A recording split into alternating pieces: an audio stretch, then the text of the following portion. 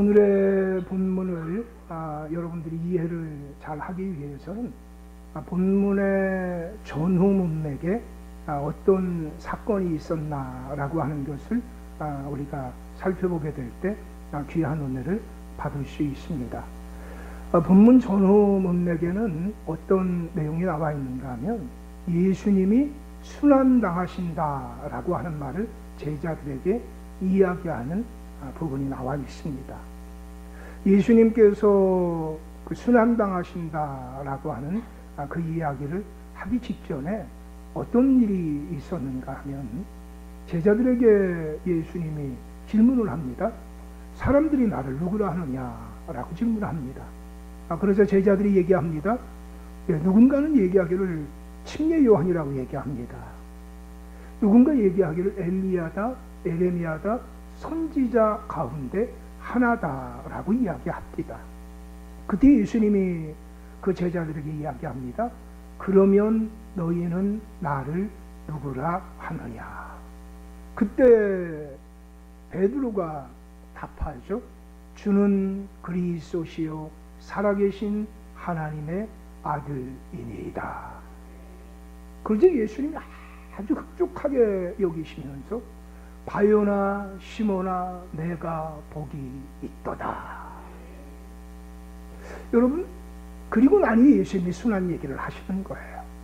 순환 얘기를 예수님이 말씀하시자 그것을 듣고 있던 베드로가 갑자기 예수님을 책망하듯이, 여러분 이 말씀을 잘 기억하셔야 되는데, 이 책망이라고 하는 이 단어가 언제 사용되었던 단어인가 하면 귀신을 내쫓을 때 사용했던 단어가 그 단어예요. 그런데 예수님을 향하여 책망하듯이 예수님에게 따진 거예요. 절대 그런 일이 있어서는 안 되겠습니다 라고 얘기하는 거예요. 그러자 예수님이 베드로에게 뭐라고 그랬죠?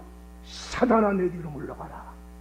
내가 하나님의 일은 생각하지 아니하고 사람의 일만 생각하는도다 라고 그렇게 하셨어요.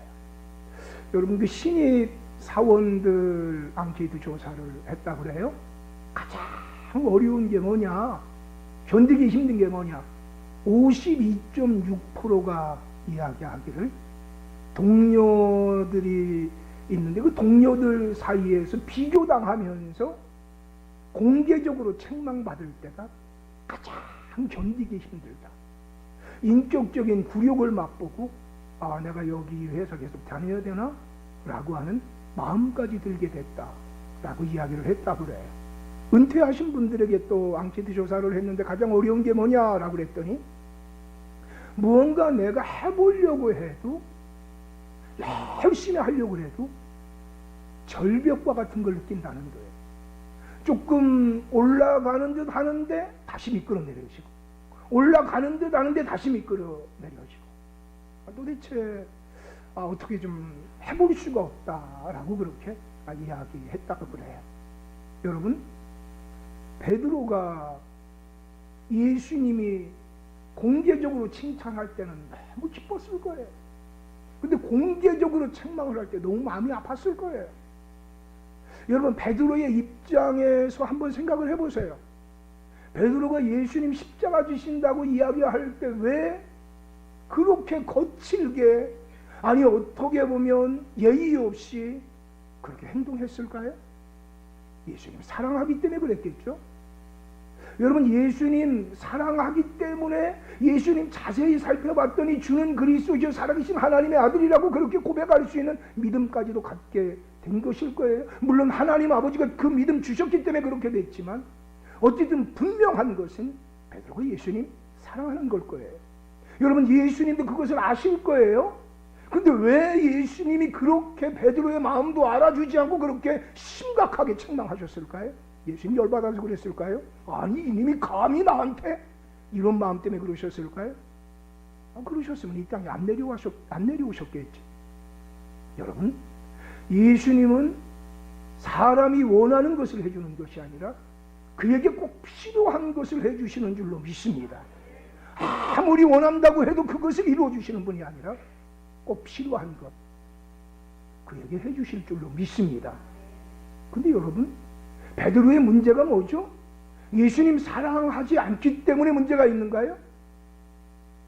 예수님이 이 땅에 오신 목적을 모르기 때문에 그런 겁니다. 인자에 온 것은 섬김을 받으려 함이 아니라 도리어 섬기려 하고 자기 목숨을 많은 사람의 대속물로 주기 위하여 이 땅에 오셨습니다. 대속 사역을 위하여 예수님이 이 땅에 오신 겁니다. 그것을 가로막자고 하는 겁니다. 그렇기 때문에 사단아 내 뒤로 물러가라고 이야기하는 겁니다. 여러분, 베드로가 예수님 사랑하기는 사랑하는데 한편으로 이런 마음이 있겠죠? 예수님 통해서 한몫 잡고 싶은 마음이 있을 거예요. 그렇기 때문에 가정을 버렸죠. 그렇기 때문에 직장을 버렸죠. 그리고 예수님 앞에 헌신한 거예요. 아니, 예수님 저런 분이 십자가에 못 박혀 죽는다 그러면 나는 어떻게 되지? 아니, 이 민족이 로마의 식민지에 치하였는데 우리 민족은 어떻게 되지? 아니, 저런 분이 왕이 되셔야 되는데, 아니, 저런 분이 십자가에 못 박혀 저주받은 것 같이 죽으신다고? 그거를 위하여 가신다고? 이건 말도 안 돼. 여러분,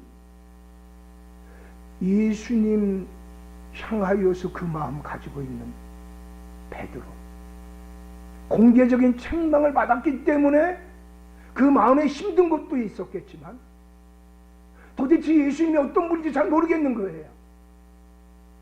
뭔가 절벽을 느끼는 거예요. 방황하기 시작하는 거예요. 절망하기 시작하는 거예요. 번민하는 거예요. 여러분, 예수님 왜 믿으세요? 고난받기 위해서 예수님 믿으세요? 여러분, 예수님 믿는 거 만만치 않잖아요. 주일 성수해라. 아니, 주일 성수했더니 이제는 뭐라고 얘기하느냐?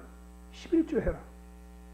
아니, 11조 했더니 이제는 봉사해라, 헌신해라, 선교해라, 구제해라. 아니, 그것만 해도 참 어렵고 힘든데 뭐 원수를 사랑해라? 오른밤 때리면 왼밤 돌려대라? 걷어달라고 그러면 속옷까지 줘라? 오리를 가자고 이야기하면 심리를 가라? 여러분, 정신 똑바로 차리고 생각해보면요, 예수 믿는 것만큼 좁은 일이 없어요. 예수 믿는 것만큼 손해보는 일이 없어요. 자기를 부인하라고요? 자기 십자가 지라고요? 여러분, 제정신 가지고는 예수 믿을 수 없습니다. 여러분, 가만히 생각해 보세요. 예수 믿는 건 엄청난 대가를 지불하는 거예요. 아니, 예수 믿는 거는요, 어떻게 보면요, 장로님들 계시는 거예요. 쉬운 거 아니에요. 더 죽으라는 거예요. 더 힘든 거예요. 더 어려운 거예요. 주변에서도 더 많이 기대해요. 뭐라고 기대하죠? 저 사람이 더 많이 죽을 줄로, 저 사람이 더 많이 헌신할 줄로 기대하는 거예요. 여러분, 제자들이 예수님 십자가 진다고 할 때 힘들어했던 것 같이, 때로는 신앙생활을 하면서 예수가 누구인지를 바르게 알지 못하면, 예수 믿는 것이 무엇인가를 바르게 알지 못하면 계속 갈팡질팡합니다. 번민하게 됩니다. 뭔가 좋은 일이, 내가 생각했던 좋은 일들이 있으면 땡큐입니다. 감사합니다. 기쁩니다. 믿을만합니다. 문제가 해결되고, 그런데 내가 원하지 않는 고난들이 있다면 힘들고 어렵습니다. 더군다나 예수님 가시는 길이 십자가 길이라고 합니다. 예수 믿는 사람들은 결국 살아야 될 삶이 뭐냐?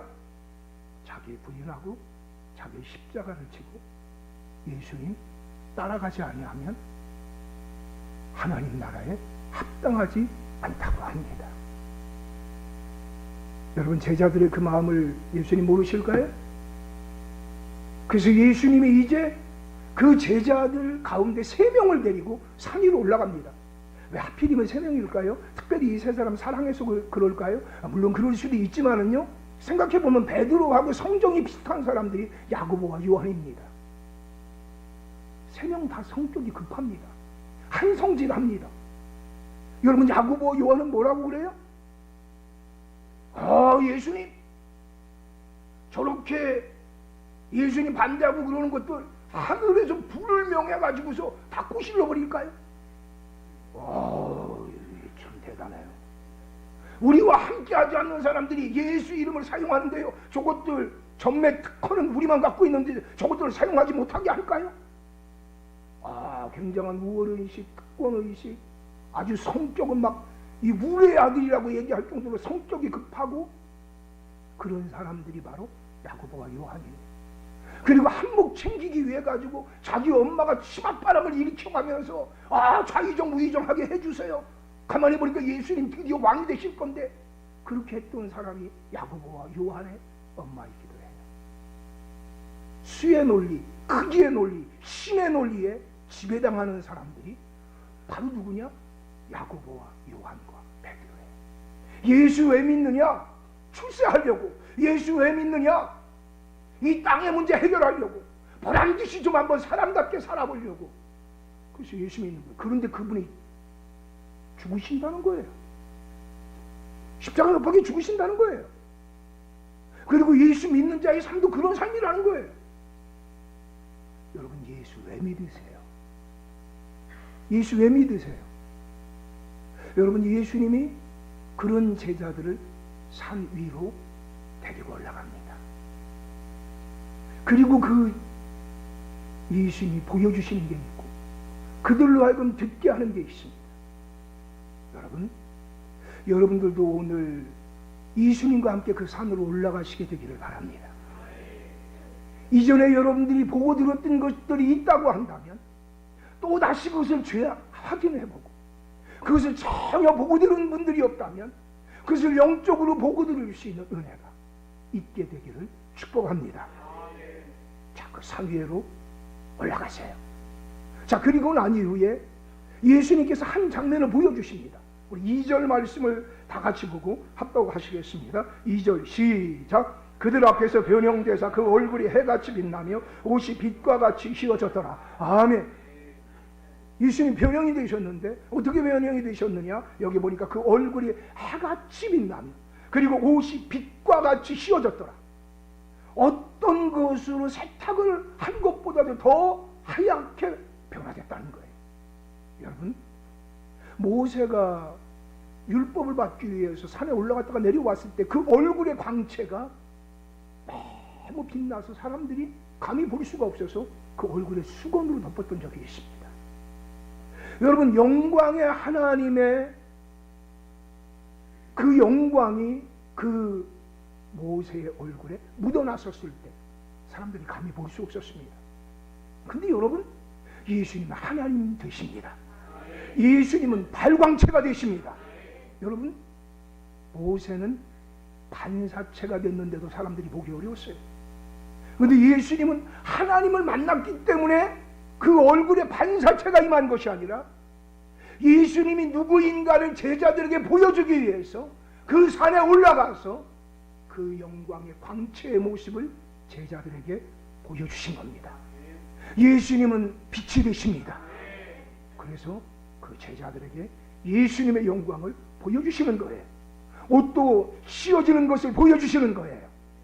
사랑하는 여러분, 그 제자들로 말미암아 예수님이 어떤 분 된다고 하는 것을 보여주시기도 하지만, 또 한편으로는 내가 고난을 얘기했지만 이 고난으로 끝나지 아니하고 내가 영광을 받을 것이다. 고난 이후에 영광이 있다. 내가 바로 하나님 되는데 내가 이 고난을 치는 이유가 바로 무엇이냐? 이 고난을 통하여서 인류에게 복을 주기 위해서 이 고난을 치는 것이다. 그리고 나와 함께 이 고난에 동참한 사람들은 내가 나중에 부활하여 이 영광의 모습을 입게 되는 것 같이 너희들도 함께 이 영광의 모습을 입게 될 것이다. 사랑하는 여러분, 우리는 죽음으로 말미암아 끝나지 않게 되는 줄로 믿습니다. 우리는 주 안에서 다시 부활하게 되어지고 예수님이 영광의 모습을 입게 되는 것 같이 그 영광의 몸을 덧입게 될 줄로 믿습니다. 믿음의 선배들이요, 순교를 하기도 했죠. 그들이 어떻게 순교했을까요? 어떻게 순교했을까요? 돌뿌리 하나에 걸려서 넘어져도 그렇게 아픈데, 여러분, 돌에 맞기도 하고 칼에 목베임을 당하기도 하고 물에 빠져 죽기도 하고 짐승에 물려 죽기도 하고 불에 의하여 죽기도 하고 고문을 당하기도 하고. 여러분 한번 생각을 해보세요. 그런데 어떻게 순교했을까요? 여러분, 그들이 순교하게 되어진 이유는요, 그들이 힘과 능력으로 된 것이 아니라 스데반의 모습을 보게 되어지니까 그의 눈을 열어주셔서 예수님이 부활하셔서 승천하셔서 영광의 보좌의 우편에 앉아 계신 것, 그리고 자신이 고난당할 때 그 자리에서 벌떡 일어나서 자신을 보고 계신 것을 보았기에, 아, 고난으로 끝나는 게 아니다, 영광이 있다, 영광에 몸을 더듬는 것이 있다.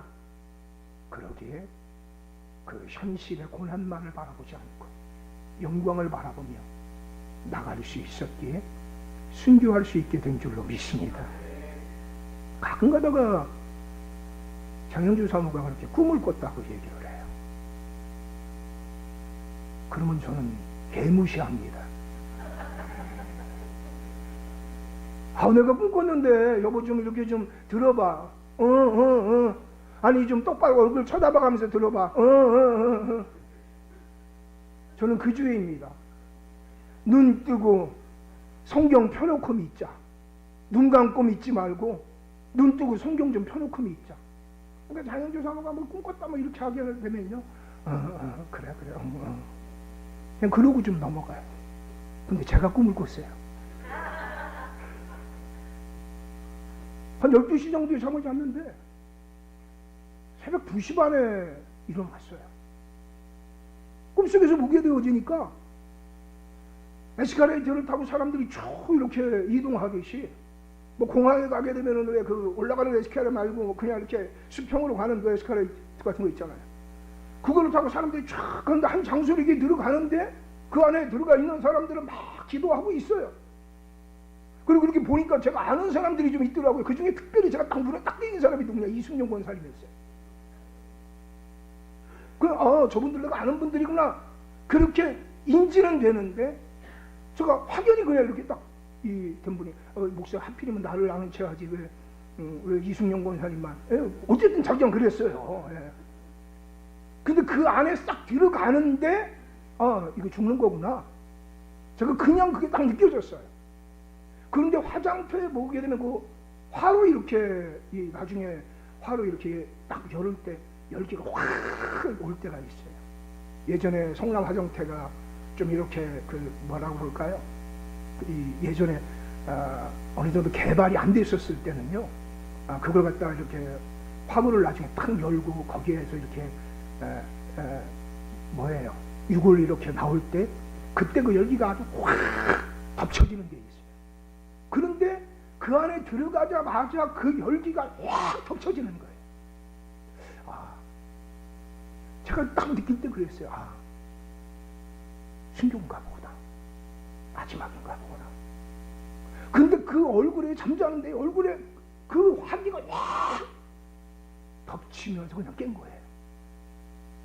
계속 제가 묵상을 한 거예요. 내가 이대로 하나님 앞에 설 수 있겠구나. 제가 별명이 뭔가 하면 예전에 장례 목사였어요. 장례식을 은혜스럽게 인도한다고 해서 장례 목사이기도 하고, 장례식을 너무 많이 인도한다고 해서 장례 목사이기도 했어요. 장례 때마다 하나님이 주시는 귀한 은혜들이 있었어요.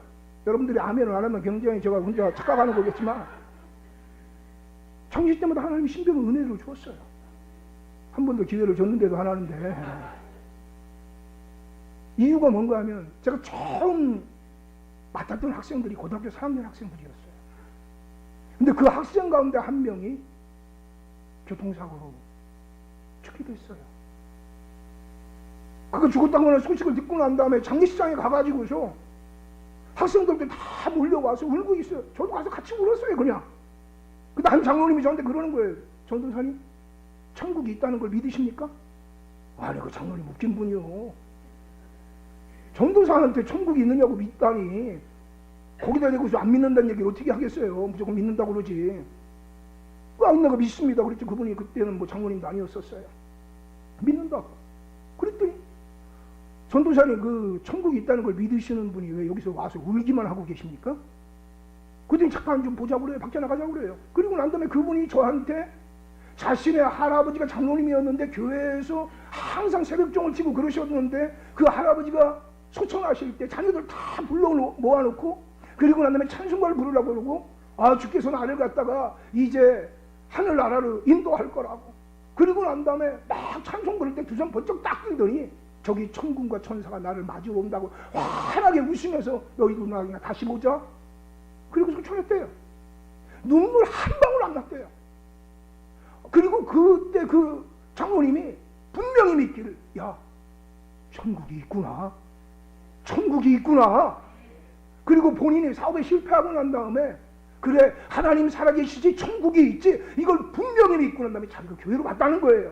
자기가 예수 믿는 건 분명히 천국이 있다고 하는 걸 믿기 때문에 예수 믿는다는 거예요. 저는요 그 당시에 맡고 있었던 80여 명 되는 학생들 가운데서 그때 하나님께서 우리 가운데 신비로운 사건들을 일으켜 주셨어요.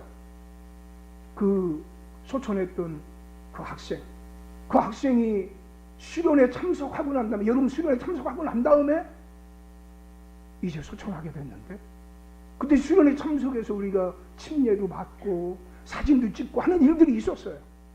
그런데 사진이 현상이 될 때 사진이 오버랩 돼가지고 두 장이 같이 현상이 같이 돼버린 거예요.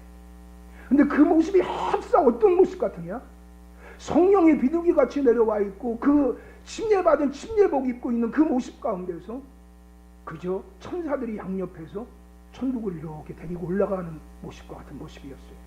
근데 놀라운 거는 그 형제가 소천하는 그 시간에 한 형제가 환상을 봤는데 그 환상을 그대로 봤던 거예요. 그 사진을 보고 난 다음에 깜짝 놀라 전율하는 거예요. 그리고 함께 우리가 모여서 찬양하는데 그때 하나님의 인재를 또 강하게 경험한 거예요. 그리고 난 다음에 우리 같이 고등학교 3학년 학생들 가운데 7명이 신학교를 가는 역사를 이루었어요. 야, 하나님 살아계신다. 천국이 있다. 사랑하는 여러분, 기독교는요 고난으로 끝나지 않아요. 고난이 왜 영광이 있어요? 그 영광을 한번 본 사람들은 다른 영광을 구하지 않아요. 여러분, 기독교가 생명의 종교라고 얘기를 해요. 여러분, 예수 믿으면서 그냥 고난만 바라보지 말고 영광을 볼 수 있게 되기를 축복해요. 여러분, 나비 이전에 송충이 같은 모습을 하고 있잖아요. 징그럽잖아요. 근데 그것이 변하여 나비가 될 줄 누가 알겠어요? 여러분, 우리의 육체가 썩어지고 상할 거예요. 그리고 나중에 하늘로부터 덧입게 되어지는 그 영광의 몸을 덧입게 될 거예요. 신앙생활 하면서 그 영광을 한 번도 본 분이 없다면요, 그 영광을 볼 수 있게 되기를 축복해요. 그렇지 않으면요, 계속 신앙생활 하는 게 피곤합니다. 내가 교회까지 와서 혼나야 돼? 아마 이런 마음 가질 수도 있어요. 여러분 보세요. 베드로는요, 예수님 앞에 이전에도 혼났어요. 지금도 혼났어요. 이후에도 혼나요. 아니 그 후에도 또 혼나요. 근데 베드로는요, 혼나면서도 계속 그 곁에 붙어 있어요. 그런데요, 유다는 한 번 혼나고 나니까 예수님 팔아버려요. 여러분, 무언가 그 영광을 알고 예수 그리스도에 대해서 알아가는 사람들은요, 책망을 받아도 그 앞에 머물러 있어요. 디모데후서 3장 16절 17절이 뭐죠? 모든 성경은 하나님의 감동으로 된 것으로 교훈과 책망. 책망 잘 받게 되기를 축복해요. 요즘은 애들 책망하기가 두려워요. 책망 받을 만한 그릇이 안 돼 있어요. 어디 가갖고 책망을 들어본 적이 거의 없어요. 애들이 책망 조금 하게 되면은 삐져가지고, 책망 조금 하게 되면 곁길로 가버리고, 그러는 형국이에요. 갈수록 더 할 거예요. 왜요? 세상에서도 가정에서도 네가 이 세상의 주인이다. 네 몸대로 해라. 네 뜻대로 해라. 걔들 위에 아무런 권위가 없어요. 부모도 권위가 없고, 하나님도 권위가 없고 탈권위 시대예요. 여러분, 이때에 저는 우리의 유일한 희망이 하나님께 있다고 믿어요. 하나님이 우리의 좀 눈을 열어주셔서 그 영광을 좀 봤으면 좋겠어요. 그 영광을 보지 못하면 땅의 것만 구하게 돼요. 그리고 땅의 것 가지고 있는 거 대단한 것 같아요. 산에 높이 올라가서 그냥 산에 높이 올라가 그 아래만 봐도 어때요? 아, 인간세계 별거 아니구나. 근데 여러분, 산에 높이 올라간다고 깨닫는 게 아니고요, 그 예수님의 영광을 보니까 변화되는 거예요. 신앙생활 하면서 믿음으로 살지 못하는 가장 큰 이유가 바로 뭐냐? 영광을 못 봐서 그래요. 영광을 몰라서 그래요. 여러분이 영광을 좀 볼 수 있게 되기를 축복합니다. 신앙생활 하는 거는요, 성령님이 함께 해주셔야 돼요. 부모가 아무리 힘쓰고 애써서 되지 않아요. 믿음은 하나님의 선물이에요. 내가 그 영광을 보면은요, 다른 영광을 구하지 않아요. 부모가 그 영광을 보면은요, 자녀에게 다른 영광을 구하지 않아요. 부모가 애타고 힘들어하고 안타까워하는 것이, 내가 그 영광을 봤는데 내 자녀가 그걸 보지 못하면 그것을 안타까워해야 돼요. 근데 내가 그 영광 보지 못하면요, 자녀에게 세상 영광을 구하라고 얘기해요. 야, 세상에 돈 없으니까, 백 없으니까, 힘 없으니까 억울한 일 당하더라. 여러분, 베드로가 그랬고 야고보가 그랬고 요한이 그랬어요. 수의 논리, 힘의 논리, 크기의 논리에 사로잡혀 있던 사람들이 그 사람들이에요. 나중에 그 영광 보고 난 다음에 야고보는 순교해요. 요한은 밤모섬에 유배가 되어져서 로마에 의해서 그렇게 초대교회가 고통당하고 있는데 그 하늘의 영광을 보고 난 다음에 소망을 이야기해요. 승리를 이야기해요. 여러분, 우리가 그 영광을 봤으면 좋겠어요. 여러분, 교회의 문제는요, 수가 들어가는데 문제가 있는 게 아니에요. 안티가 있는 것에 문제가 있는 게 아니에요. 교회 아주 중직들이 사건 친구에 문제가 있는 게 아니에요. 무능력한 것이 문제예요. 능력이 회복이 돼야 돼요. 능력이 어디에 있느냐? 하나님이 그 영광 보여주시고 그거 믿게 되면 돼요. 제자들이 이때 그 영광을 봤어도요, 깨닫지 못했어요.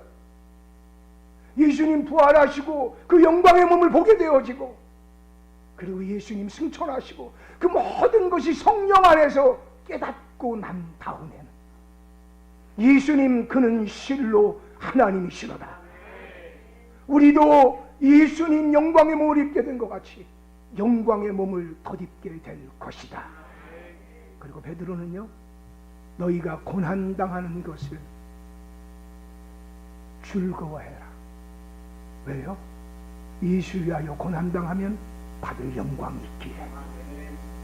할렐루야. 여러분, 우리 안에 그 믿음이 있게 되기를 축복합니다. 어린 시절부터 교회 다녔다고 그 믿음 갖는 게 아니에요.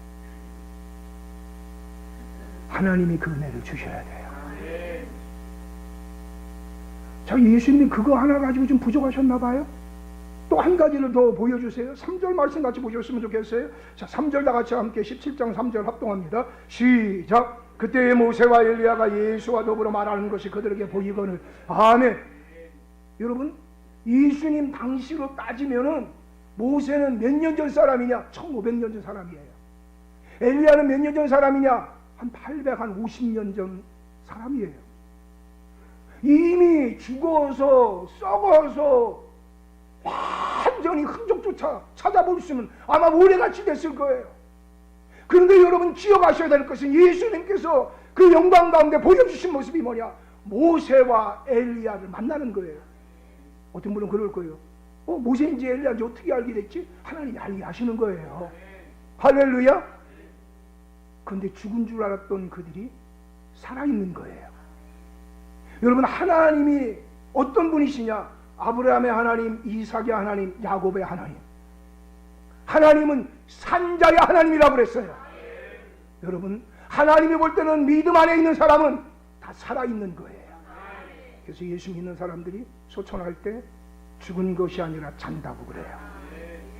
여러분, 모세와 엘리야와 예수님 만나는 장면을 보여주신 거는요, 예수 믿은 사람들 죽음으로 굴복되지 않는다. 부활이 있다. 영광의 몸을 입게 될 것이다. 영원히 살게 될 것이다. 여러분, 또 두 번째 의미가 있어요. 모세는 구약을 상징해요. 율법을 상징해요. 엘리야는요, 예언자, 선지자 대표예요. 예수님이 구약을 얘기할 때 율법과 선지자의 강령이라고 그랬어요. 모세와 엘리야를 만났다고 하는 것은요, 어떤 의미가 있는가 하면요, 구약의 모든 예언의 성취가 예수에게 이루어졌다. 할렐루야. 그리고 여러분, 모세가 상징하는 것이 또한 뭐냐? 율법이에요. 근데 여러분, 율법의 역할은 뭐냐? 죄를 깨닫게 하는 거예요. 죄가 무엇인지 알지 못하는 인생들이 죄를 깨닫게 해요. 죄를 깨닫게 되면서 하나님 앞에 나가 죄를 회개하면서 하나님과의 관계를 회복하게 하는 거예요. 하나님은요, 죄 있는 인간과 거룩하신 하나님을 만날 수 없기 때문에 죄를 깨닫게 하고 죄를 버리게 하기를 원하세요. 그래서 하나님 앞에 나갈 때는 빈손으로 나갈 수 없고 속죄물이 필요한 거예요. 희생제물이 필요한 거예요. 그런데 예수님이 이 땅에 오셔서 율법을 다 이루셔서 의롭게 되으셨고, 그리고 점도 흠없도 없는 희생제물이 되어 주셔서 우리를 위하여 영원한 속죄를 이루어 주셔서 우리가 하나님 앞에 그 예수 믿음으로 의롭게 되어 하나님의 자녀가 되어 하나님과 교제할 수 있는 그 귀하고 아름다운 구원을 완성한 줄로 믿습니다. 모세는요, 430년 동안 애굽에서 종살이하던 백성들을 구원한 자입니다.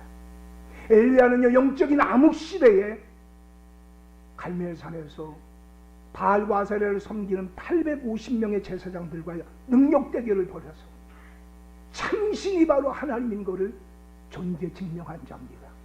그래서 영적인 구원의 역사를 이룬 겁니다.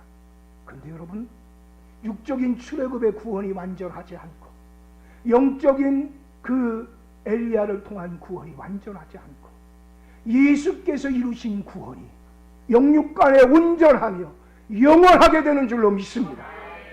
그래서 바로 모세와 엘리야가 예수님과 함께 만나서 대화를 나누는데, 그 대화가 바로 뭐냐? 별세에 대해서, 죽음에 대해서, 출발에 대해서, 다시 시작하는 것에 대하여 대화를 나눴다는 거예요. 그게 바로 뭐냐? 대속의 사건이에요. 구원의 사건이에요. 바로 예수님이 모세와 엘리야를 만나는 그 장면을 그들에게 보여주면서, 아, 영원히 사는 길이 있구나. 아, 구약의 모든 예언의 성취가 예수구나. 아, 예수님이 온전한 구원자구나. 그들이 그 당시에는 몰랐어요. 나중에 성령이 함께하고 난 다음, 이걸 깨닫고 난 다음에 마태복음도 마가복음도 누가복음도 이 사건을 다 같이 기록하고 있는 거예요. 여러분, 근데 그때 베드로가 가만히 있으면 괜찮은데 이때 뭐래도 한마디 하고 싶어가지고서 그래갖고 뭔가 한마디 하는 거예요. 자, 같이 한번 보실까요? 4절 한번 읽어보세요. 4절 시작. 주여, 우리가 여기 있는 것이 좋사오니 만일 주께서 원하시면 내가 여기서 초막셋을 짓 때 하나는 주님을 위하여, 하나는 모세를 위하여, 하나는 엘리야를 위하여 하리이다. 아멘. 막 그 광경을 한번 여러분들이 보셨다고 생각해 보세요. 막 여러분들의 눈에 막 예수님이 막 영광의 광채를 막 입으시고, 그리고 또 막 모세, 엘리야 또 막 만나고 막 그런 걸 막 봤어요. 여러분, 막 거기가 막 하나님의 나라가 임한 것 같고, 막 마음에 막 흥분이 되고, 또 마음에 막 기쁨이 되고 감사가 되고, 아마 그 자리가 황홀경과 같이 됐을 거예요. 그러다가 보니까 모세가 뭐라고 그러느냐? 여기다가 초막색 짓고 여기에서 우리가 우리끼리 알콩달콩 그냥 여기에서 삽시다. 예수님이 뭐 하셔야 되는데? 고난을 당하셔야 되는데. 그냥 거기가 좋은 거예요. 거기가 좋은 거예요. 여러분, 그 밑에 동네에서는 무슨 일이 일어났죠? 귀신 들린 한 아이를 둔 아버지가 그 문제 해결하고 싶어서 제자들에게 와서 해결해 달라는데 해결하지 못하고 있어요. 그 산 아래 동네에서는요, 많은 사람이 귀신 들린 것 같아서 죽음에 굴복되고 저주로 말미암아서 탄식하고 수고와 슬픔 가운데 헛되다고 이야기하며 방황하며 길을 잃어버리고 있는데, 근데 그 영광의 광채 경험하고 그 영광의 광경 목도하고 난 다음에 여기 있지 않은 거예요. 여기 있지 않은 거예요. 굳이 내려가 가지고서 저 사람들과 함께 어울리지 말자는 거예요. 예수님은 그들의 문제를 해결하기 위해 오셨는데 그 영광의 광채 한번 보고 끝나자는 거예요. 여러분, 명절 때 되면은 보기 싫은 사람들이 있죠. 가야 돼요, 안 가야 돼요? 가야 돼요. 여러분, 명절 때가 되어지면은요, 하기 싫은 일들도 있죠. 그 일을 해야 돼요. 여러분, 때로는 만나고 싶지 않은 사람 만나는 거, 함께 하고 싶지 않은 사람 함께 하는 거, 힘들고 어려울 거예요. 근데 이 땅에 살아남아 있는 한 그 일을 계속해야 돼요. 이유가 뭘까요? 여러분, 향기는요, 악취를 문제 삼지 않아요. 자기가 향내를 품어내면 돼요. 빛은 어둠을 문제 삼지 않아요. 자기가 빛의 역할을 하면 돼요. 소금은 썩어지는 것을 문제 삼지 않아요. 자기가 소금의 역할을 감당하면 돼요. 여러분, 소금이 필요한 건 세상이 썩어지기 때문에 그래요. 여러분, 빛이 필요한 건 세상이 어두워지기 때문에 그래요. 세상에 악취가 나는 사람들, 그 중에서 그리스도의 향기를 내뿜기 원해서 고난을 당하면 고난을 당할수록 그 향기를 더 뿜어내는 그 그리스도의 향기가 필요한 줄로 믿습니다. 여러분, 어떻게 보면 이 땅에 남아있을 때가 기회의 때예요. 그냥 하나님 나라에 소개되어졌을 때, 너 예수 믿다가 뭐 하다 왔냐라고 얘기하면, 잘 먹고 잘 살다가 왔습니다 라고 얘기할까요? 예수 그리스도를 닮으려고 노력하며 수고하다가 왔습니다. 아마 그게 우리 주님 앞에 칭찬과 영광과 면류관과 존귀를 받는 답이 될 줄로 믿습니다. 영광을 못 보면 그 삶을 살 수도 없고요. 그리고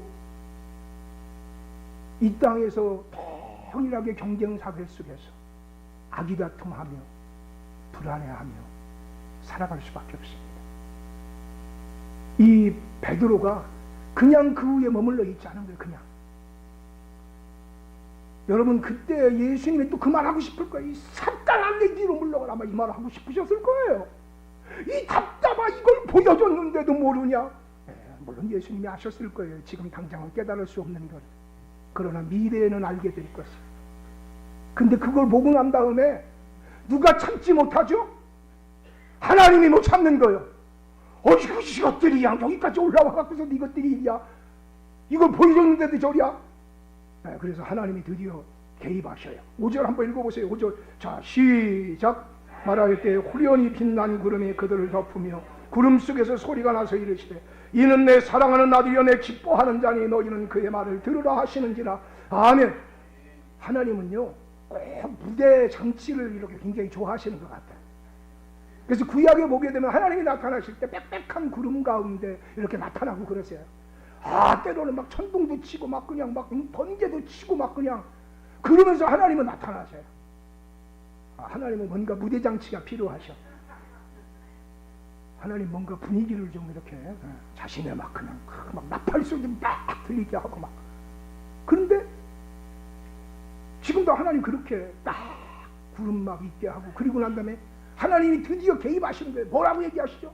이는 내 사랑하는 아들이요 내 기뻐하는 자, 너희는 그의 말을 들으라. 여러분, 예수님이 누구인가를 가르쳐주는 거예요. 예수가 누구이냐?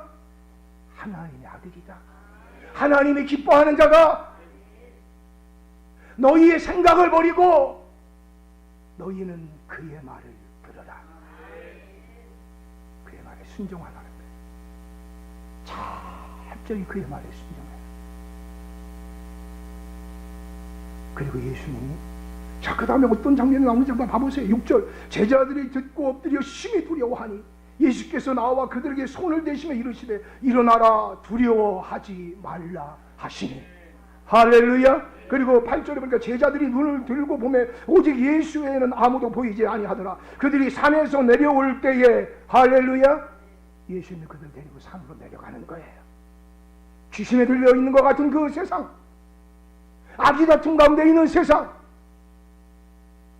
번민과 썩음과 어두움이 있는 그 세상 가운데 예수님의 제자들을 데리고 내려가는 거예요. 고난당하기 위해 내려가는 거예요. 사랑하는 여러분, 모세도 보이지 않고 엘리야도 보이지 않고 하나님도 보이지 않고 오직 예수만 보이더라. 우리의 눈에 예수가 보여지게 되기를. 오직 예수, 오직 예수, 예수가 보여지게 되기를 축복합니다. 신앙생활 하면서요, 교회생활 하면서나 가정생활 하면서도요, 아니 직장생활 하면서도요, 예수 봐야 삽니다. 예수 보면은 은혜의 말을 합니다. 예수 보면은 비전의 말을 합니다. 예수 보면 소망의 말을 합니다. 예수 보지 못하면요, 힘든 얘기, 불편한 얘기, 내 가슴 아픈 얘기, 내 자랑, 그런 것밖에 할 것이 없습니다. 오직 예수만 보이더라. 여러분, 여러분들의 인생에는 어떤 기회가 있었습니까? 어떤 위기가 있었습니까? 인생의 위기의 때 하나님의 영광을 볼 수 있었다면, 예수가 누구인지 알 수 있었다면, 예수의 말 앞에 순종한 것만이 우리의 인생에 남을 건데, 지금 고난 가운데 있습니까? 고난은 영광으로 가는, 축복으로 가는 지름길이요 전주곡이 되는 줄로 믿습니다. 그 영광을 본 자는 다른 영광을 구하지 않습니다. 레오나르도 다빈치가 최후의 만찬을 그렸다고 해요. 아마 여러분들 가운데 그걸 보신 분들이 있을 건데요, 수년을 걸쳐서 그 작업을 했다고 해요. 그리고 드디어 지인들에게 그것을 최초로 공개했다고 해요. 근데 지인들이 그걸 보면서, 이야, 아니 예수님 손에 있는 저 잔이 어쩜 그렇게 실물과 같지? 생동감이 있어, 살아있는 것 같아. 이야, 저 잔 봐. 그러자마자 레오나르도 다빈치가 붓을 가지고 와서 그 그림을 지어버렸다고. 여기에서 가장 돋보여야 될 분은 예수님인데, 저 잔이 돋보였다면 이것은 잘못 그린 거네. 모여든 사람들이 깜짝 놀랐어요. 저가 수년간 이 작업을 했는데, 여러분, 수년이 아니라 수십 년을 우리가 살았어도 내가 돋보이는 삶을 살았다면, 여러분, 그것이 주님 앞에 섰을 때 후회만큼 할 수 있습니다. 우리 오직 예수만 볼 수 있는 은혜가 있게 되길 축복합니다. 또 우리의 모습을 통해 다른 사람들이 예수 모습 볼 수 있게 되기를 축복합니다. 사람들은 예수님을 에레미야라고 그랬어요. 눈물이 많으시니까. 예수님은 엘리야라고 그랬어요. 능력이 많으시니까. 예수님은 침례 요한이라고 그랬어요. 대단한 메시지를 갖고 있으니까. 선지자라고 그랬어요. 앞날을 얘기하니까. 사람들은 예수님에게서 그것만을 족하다고 여기는 사람이 있어요. 예수는 우리의 구원을 위해 이 땅에 오셨어요.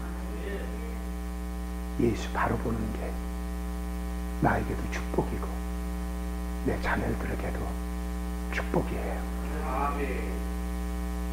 여러분, 우리는 참 좋은 나라에서 살고 있어요. 신정과 구종이 있는 나라에서 살고 있어요. 우리는 두 번의 기회가 있답니다.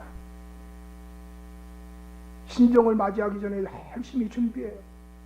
야, 내년에는 잘해야지, 내년에는 잘해야지. 근데 한 달 살아보니까 어떻게 잘 하셨어요?